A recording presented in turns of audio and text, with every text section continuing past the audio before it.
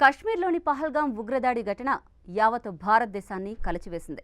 ఈ ఘటనకు ప్రతీకారంగా పాకిస్తాన్పై భారత్ ఆపరేషన్ సింధూర్ చేపట్టిన విషయం తెలిసిందే. ఈ పహల్గాం ఘటన, ఆపరేషన్ సింధూర్లపై ఇప్పటికే పలువురు ప్రముఖ నటీనటులు స్పందించారు. తాజాగా ప్రముఖ నటుడు అమితాబ్ బచ్చన్ సోషల్ మీడియా వేదికగా స్పందించారు. భార్యతో కలిసి వేసవి సెలవుల కోసం పహల్గాం వెళ్లిన భర్తను ఉగ్రమూక కాల్చి చంపింది. తన భర్తను చంపొద్దని ఆ భార్య ఎంతగానో ఏడుస్తూ ప్రాధేయపడినా ఆ ఉగ్ర ఉన్మాది వినలేదు.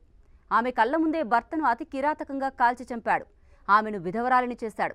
భర్త మరణాన్ని తట్టుకోలేని ఆ భార్య తనను కూడా చంపేయమని అడిగినా, నిన్ను చంపను, వెళ్లి చెప్పుకో అని ఆ రాక్షసుడు అన్నాడు. నా కుమార్తె లాంటి ఆమె మానసిక స్థితి చూస్తుంటే ఆమె వద్ద చితాభస్మం ఉన్నా సింధూరం ఎక్కడా అని ప్రపంచం అడుగుతోంది అని మా నాన్న హరివంశరాయ్ బచ్చన్ రాసిన ఓ పద్యంలోని వాక్యం నాకు గుర్తొచ్చిందని అన్నారు అమితాబ్. అందుకే తాను నీకు సింధూరం ఇస్తున్నా.